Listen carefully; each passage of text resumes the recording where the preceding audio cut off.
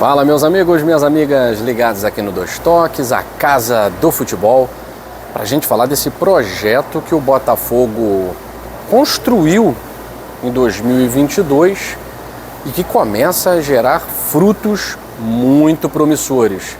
Essa geração do Botafogo de base é extremamente promissora e olha, a gente vai falar sobre esses resultados que o Botafogo pode colher, inclusive no curto prazo.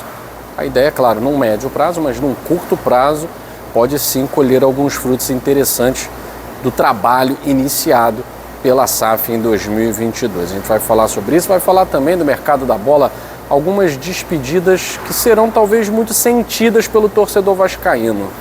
O Vasco venceu ontem o Maricá por 4-2, jogando com força máxima com seu time titular, e talvez seja a última vez que o torcedor do Vasco tenha visto a dupla Ryan, Verratti, enfim.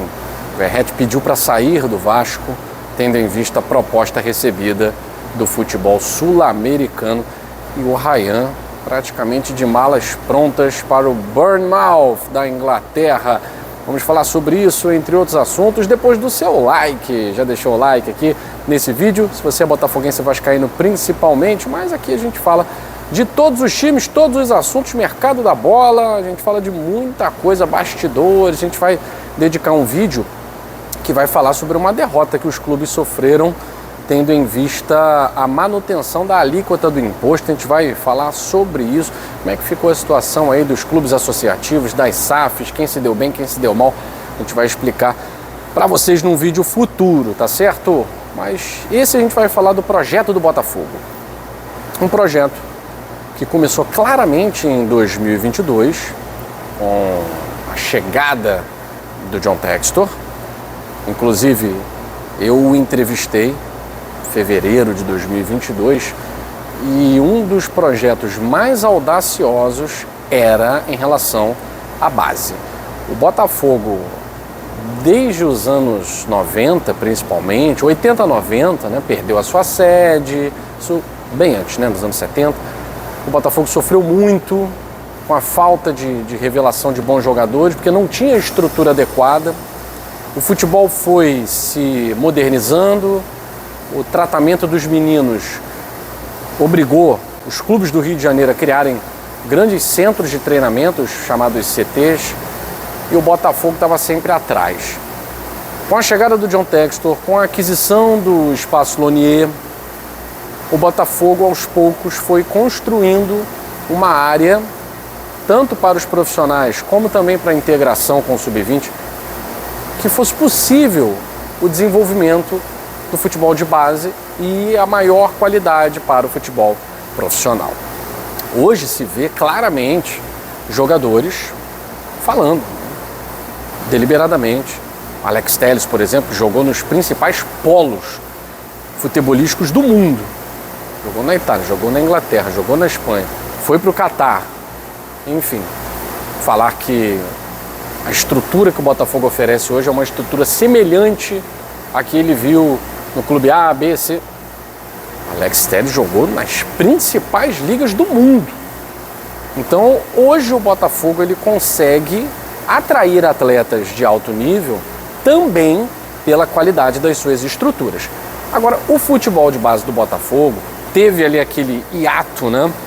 A exceção que foi 2016, onde o Botafogo conseguiu com aquele time que tinha o Marcelo Benevenuto, Canu, Gustavo Bochecha, Matheus Fernandes, o Renan Gorne, Yuri, vocês se lembram, né? O Botafogo conseguiu ser campeão brasileiro sub-20. Mas foi só. Depois dali o Botafogo até conseguiu alguns feitos interessantes na base, mas nunca uma grande revelação. Nunca uma grande revelação.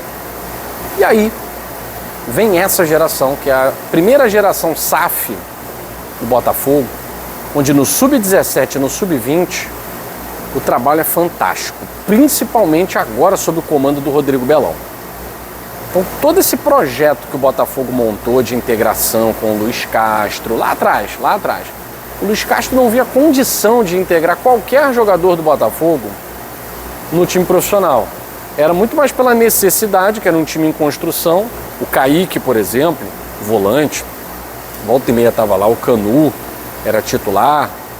Era muito mais pela necessidade. O próprio Hugo, por muito tempo, né, foi titular, às vezes reserva e tal, e também é fruto da base. Mas essa geração de agora do Botafogo, uma geração que conta desde o setor defensivo até o setor ofensivo com diversos jogadores de qualidade, impressiona nesse Botafogo, com o Rodrigo Belão principalmente, a coesão tática. É um time muito obediente taticamente. Entra um, sai outro, parece que é o mesmo time. Impressiona nesse time a condição física. E aí o trabalho do núcleo de saúde e performance desse novo Botafogo, desse Botafogo reformulado, faz uma diferença muito grande para esses meninos. Quem acompanhou ontem a saga, um dia histórico para a base do Botafogo, né? O Sub-20 jogando no Campeonato Carioca de Profissionais e vencendo a Portuguesa.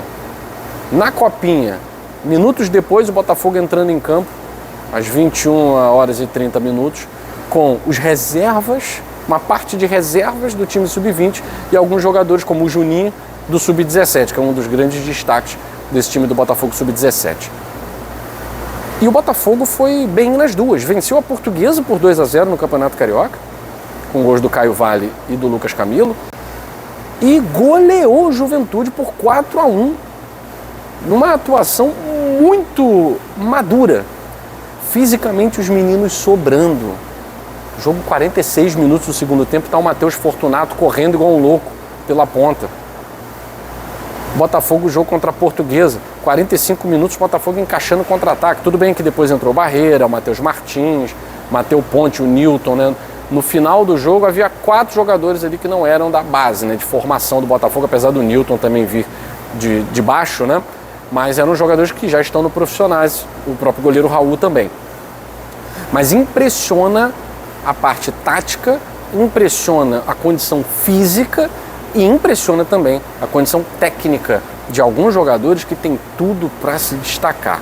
Parabéns para um projeto que finalmente, depois de tantos anos, o torcedor do Botafogo esperou muito por isso, parece que pode dar frutos. Quando a gente fala fruto, é uma integração responsável no profissional ou uma venda que gere dinheiro, grana alta para o clube, né? O que vai gerar uma grana bem alta é a venda do Ryan. Ryan pode estar se despedindo do Vasco, indo para a Premier League para jogar pelo Bournemouth por aproximadamente 217 milhões de reais. Parabéns para o Vasco, que soube negociar, soube esperar o momento certo. Poderia ter saído por pouco mais de 150 milhões no ano passado, por até menos no ano retrasado. O Vasco soube esperar, soube engordar o seu boi e vai conseguir vender por uma quantia para se bater palma. Outro que pode também estar dando adeus é Verratti. Ontem, Ryan fez até gol na vitória do Vasco sobre o Maricá por 4-2, mas um dos principais jogadores do Vasco dos últimos anos, artilheiro do Brasil, Verratti, pode estar indo para o Cerro Porteño, já até pediu para sair do Vasco, tendo em vista o contrato oferecido pelo gigante paraguaio. Mais informações a gente retorna aqui no Dois Toques, a casa do futebol, numa próxima edição. Beijo grande e até a próxima, valeu!